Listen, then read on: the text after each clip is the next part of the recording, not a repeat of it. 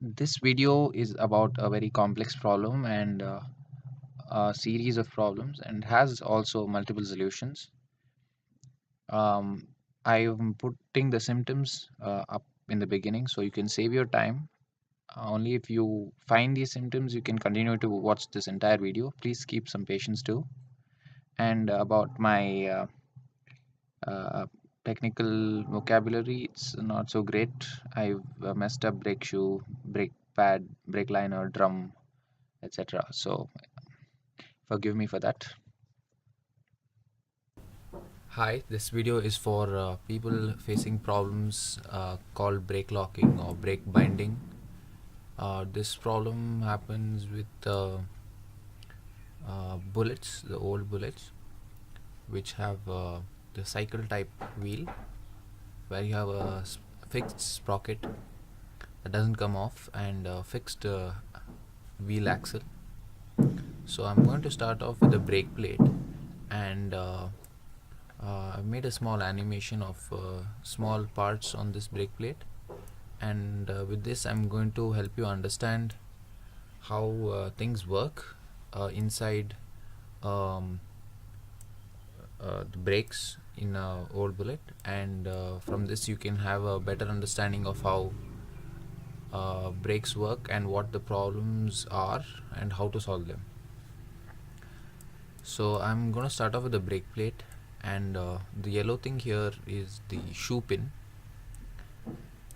and I've fixed the shoe pin to the brake plate, and this side is the bolt end and this side is where the brake pad sits. I'll come to that. So on this side we have the cam bushing. So this is the front side of the plate. So if you look at the bike, this is how it's gonna look like from the front. So on this is the bushing, and it's right here. You can see that this is not fully sitting inside. There is like a space. That's how it's going to look like in reality. There is that space gap, and it's kind of free to move inside like that. What's holding it here is these shoe pins. There are small bolts, 11 size, one short and one long, and the spring sits on the long one if you observe from the front of the bike. This is the front. So through this bushing is what the cam comes through. So the cam I've shown you in this animation is the recent type of cam. I don't know the part number, it starts from 3. So this is what you get now, and suits all bullet brakes, whether it's on the left side of the bike or the right side. Unfortunately, there is a different cam for the old bikes. They look slightly different. The top of the cam, this rectangular piece here, is thinner from this angle, and it has a top. So I'm gonna look for the part number here. It is 153654, rear brake operating cam. So that piece is not in manufacture anymore, and why I'm telling you this, I'll come back to that later. So we have the cam. So the cam here rotates with this action. Alright, so on around this cam we have 2 brake pads. My animation skills are not so great, but this is how close I got to making it. Okay, and you can see that they are sitting on this pin here. On the pin side they are solid, they don't move. On the cam side, as the cam rotates, the brake pads move away. So I've made a small play motion here, so you can see that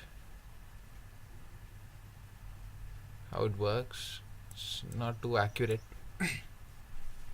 So what happening is, as the cam rotates, the brake pad goes away from the center. You can see here there's a small movement, it's closing the gap. So I have made an animation of the liner.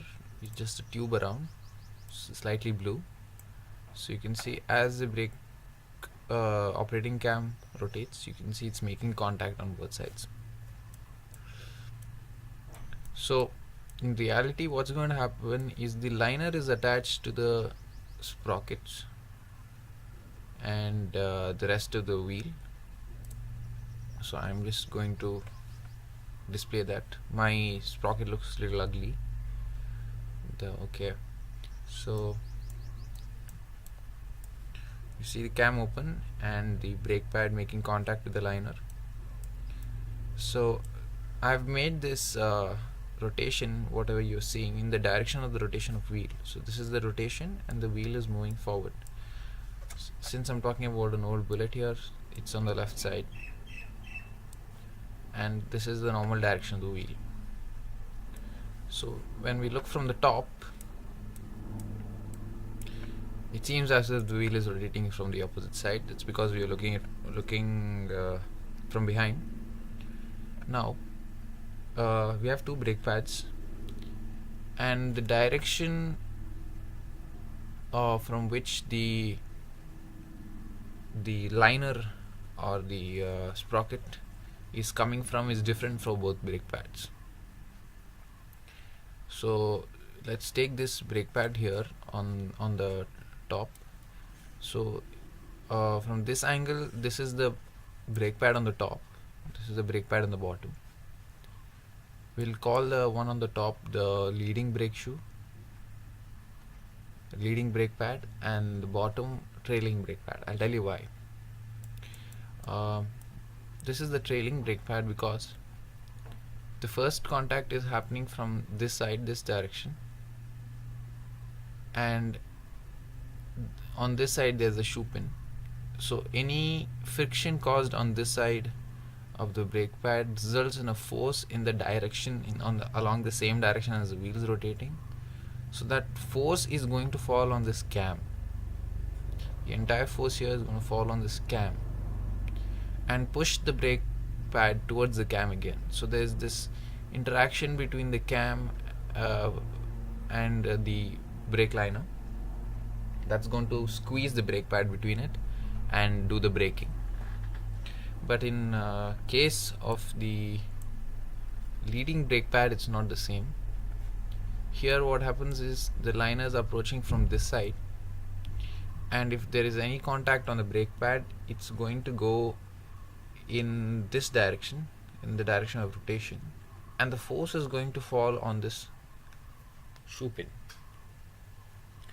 So the brake pad is of course squeezed between the liner and the shoe pin and will do braking, but the small difference is that there is no force on the cam. So in the normal position, I'll remove the wheel and the liner for now. We have two springs in between. The springs, what they're going to do is hold the cams tight together in between and make sure they don't wobble. So that way, when there is contact here, it will still hold on to it will still make contact with the brake operating cam. So there will be some reference for it to move forward and backward. But there is one more force that is stronger than this spring here. That is the force caused by the friction that's interacting between the brake pad and the liner. So I'll tell you about that force. So say the wheel's moving in this direction again. I'll start it running here. Excuse me for the sound above my house. Alright, so when they make contact, what's going to happen is all the force is going to go on the shoe pin here,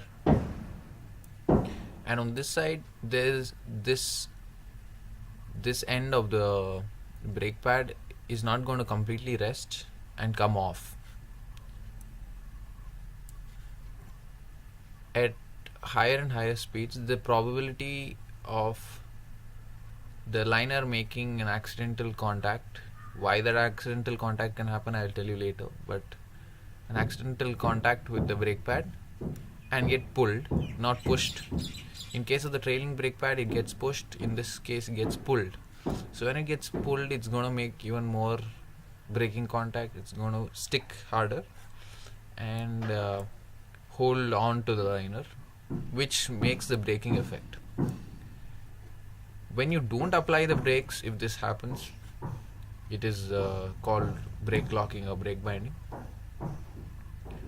So this is a problem a lot of old bullets face, and the solution is to generally pull everything apart, put everything back in the right place, and clean all the what looks like carbon accumulation, but it's also a mixture of dust from the outside and dust from the brake pad. So clean all that up, grease the shoe pin, grease the operating cam, grease the springs, and grease around the axle part in between. But still some people are going to face a problem, and I'll explain why. So the old bullet cam, I'll just remove the wheel here. Yeah, so the old bullet cam was thinner, which means its resting position was not here, wouldn't just be here. The cam would, the brake pad would rest a little bit inside, which meant it would sit a little far away from the liner, which is not happening in this case. And the old cam had a head on top. It used to obstruct this brake pad from going up and down. The up and down movement was blocked, and the biggest difference is the quality of the material. The old cam's metal was not that great. This end had the teeth that holds on to the operating cam lever. So the teeth and this top piece itself were not very mechanically strong. So what happened to some bulls was due at some point of hard braking, the teeth used to wear out and the lever used to slip, or the top broke off. In my case, what happened is the teeth was worn out, so I couldn't use that cam anymore. So in search of new cams, I couldn't find the old one and I had to put the new one. What the new one made is, the difference is that let me tell you that in this animation, when the operating cam rotates 22 degrees, the brake pad moves 1 degree. So there's that 1 degree makes a huge difference in braking. So that huge difference in braking is brought by the top of this cam that moved 22 degrees. If it was slightly thinner, it's going to make a big difference to the change in the ideal position of this brake pad.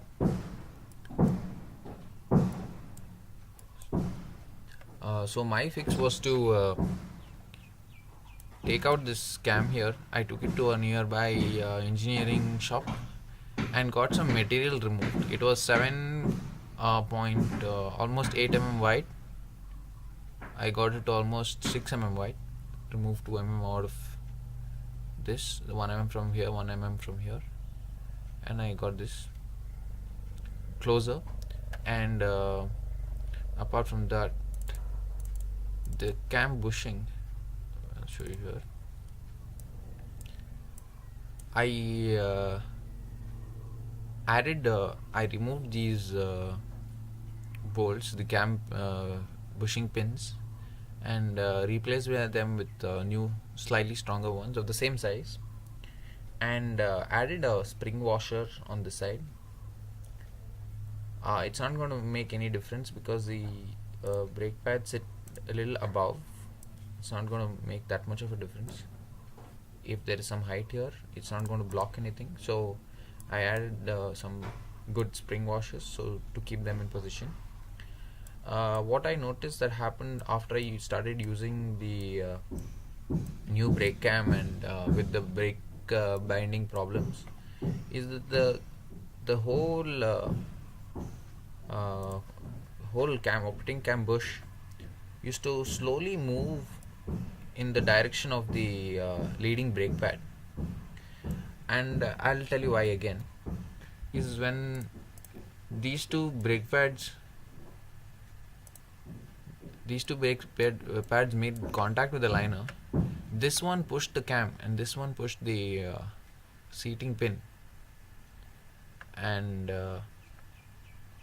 because of that this cam got force only in one direction, and also there were springs, so this one got pulled away, which meant it pulled this brake shoe more, which again brought this cam again to the left.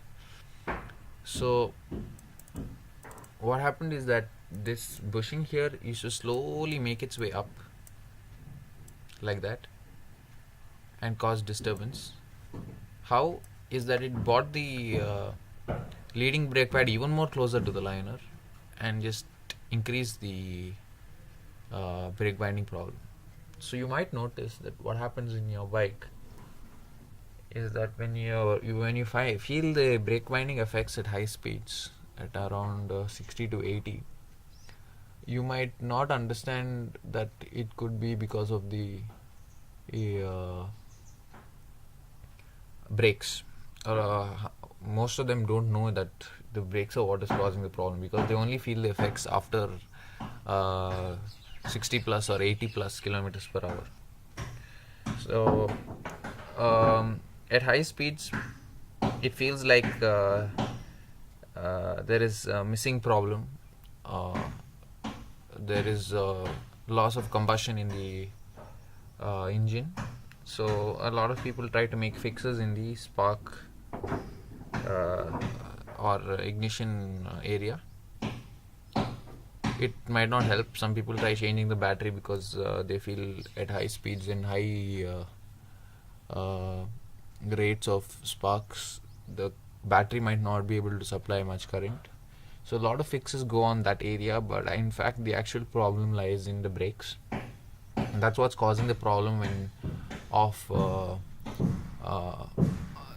the effect of suddenly slowing down for a brief amount of time at high speeds. That's because the higher your speed is, the chances that the liner makes contact with your leading brake pad just increases. So when you're in very high speeds, there is obviously, the old bikes are not so perfect. You might have wobbling of vibration of the brake plate, which will make the brake pad move. It might be also your brake lever under some minimum angle that's got it a little more closer, or the brake liner is attached to the sprocket and that's attached to the wheel with only 3 bolts, so we will not have 100% vertical sprocket. We will have some wobbling there also.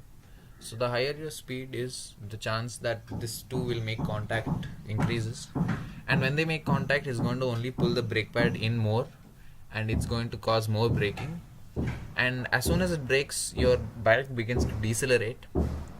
So I don't know how to explain it in more detail, but according to physics, well, when your liner accelerates is when it has the capability to pull and hold the leading brake pad. If it's going in the same speed, maybe may not be, but if it's decelerating, it might make contact, but it doesn't have the ability to hold on to it because it is decelerating at the moment, and you also have springs holding it back. So the second you have braking, it decelerates, and again the braking is gone. So you have like uh, a short period of stopping or locking at high speeds. So people don't know sometimes it's because of the brakes, but in fact it is. So that causes that effect causes this bushing here to slowly move upwards. Remove the liner too. So if this moves upwards, it's going to hold the cam a little more higher, and the leading brake pad makes more and more contact, and then eventually this bike is going to have brake binding issues at 40, at 30, at 20, and it might even get even worse if it's at full position, and if you have new brake pads and a new cam, you might have problems taking off in first gear also. That's all because of the movement of this. Yeah, so the solution for brake binding and all, if you ever feel any part of it or anything I said, uh, locking brakes, there is not just one solution, there are multiple solutions. So I'll go through them one by one. First of all, I'll make them all come alive. So I have a whole wheel here.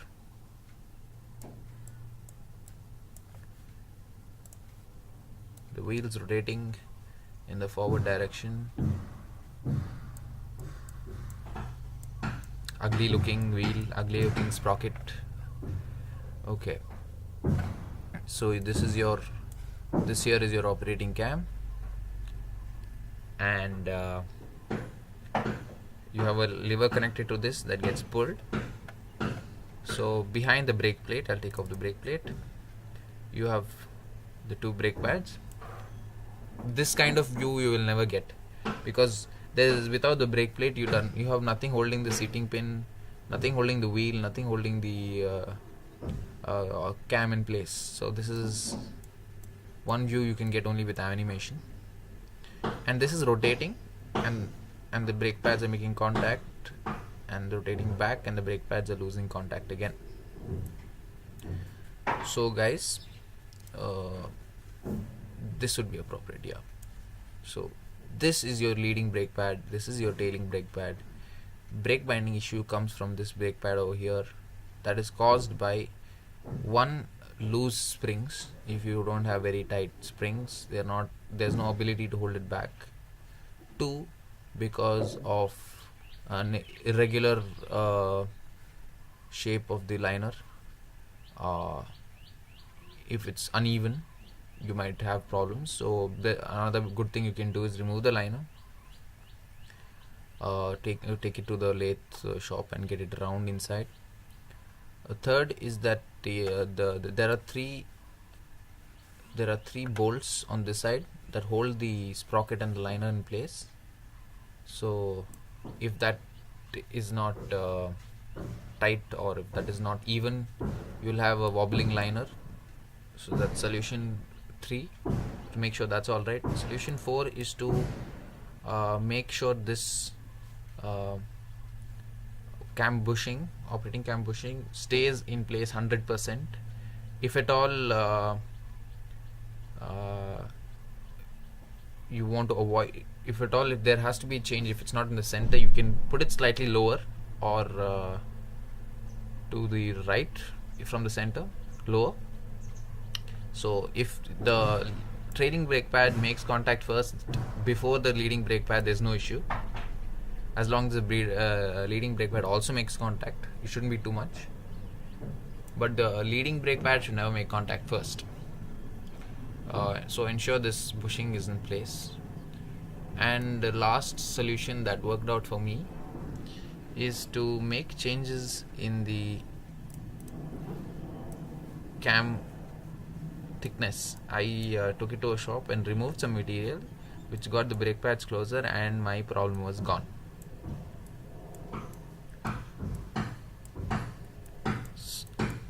So that's it with the solutions and locking, and you can continue watching this video, or you can go and finally solve your problems. But there are some more things I'd like to say in this. One is that there is a certain procedure you have to follow, something that the old mechanics always did with uh, the wheels after putting the brakes together, which the modern mechanics do not follow because it's not very important. But in the old bikes, it is very important. It is called arcing. Yeah, so they kept the wheel rotating. They could either hold it vertical or keep it horizontal on the floor. Um, this is me doing it at home. You can see how it looks like. So here I'm moving the bushing. I've kept the bushing loose and I'm moving it forward and backward. And listening to this noise where the brake pads make contact with the liner, and if it's too high or if it's too low, you can hear them. So arcing is the method of finding the perfect position of the cam bushing, this diamond shaped piece here. So the thing I move in the video, so I move that forward and backward to find the right position where it does not make contact with the liner. But if you hear contact noises very easily, or if you hear for example, if you push the bush too high, you might hear from one brake pad. Too low, you might hear from the lower brake pad.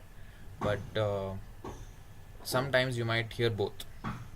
You'll find two different sounds and you might hear both of them. So in that case, you have to do something I did, that is I removed the cam and got it modified. I removed some material out of it, and once I tried the arcing again, I found no sound.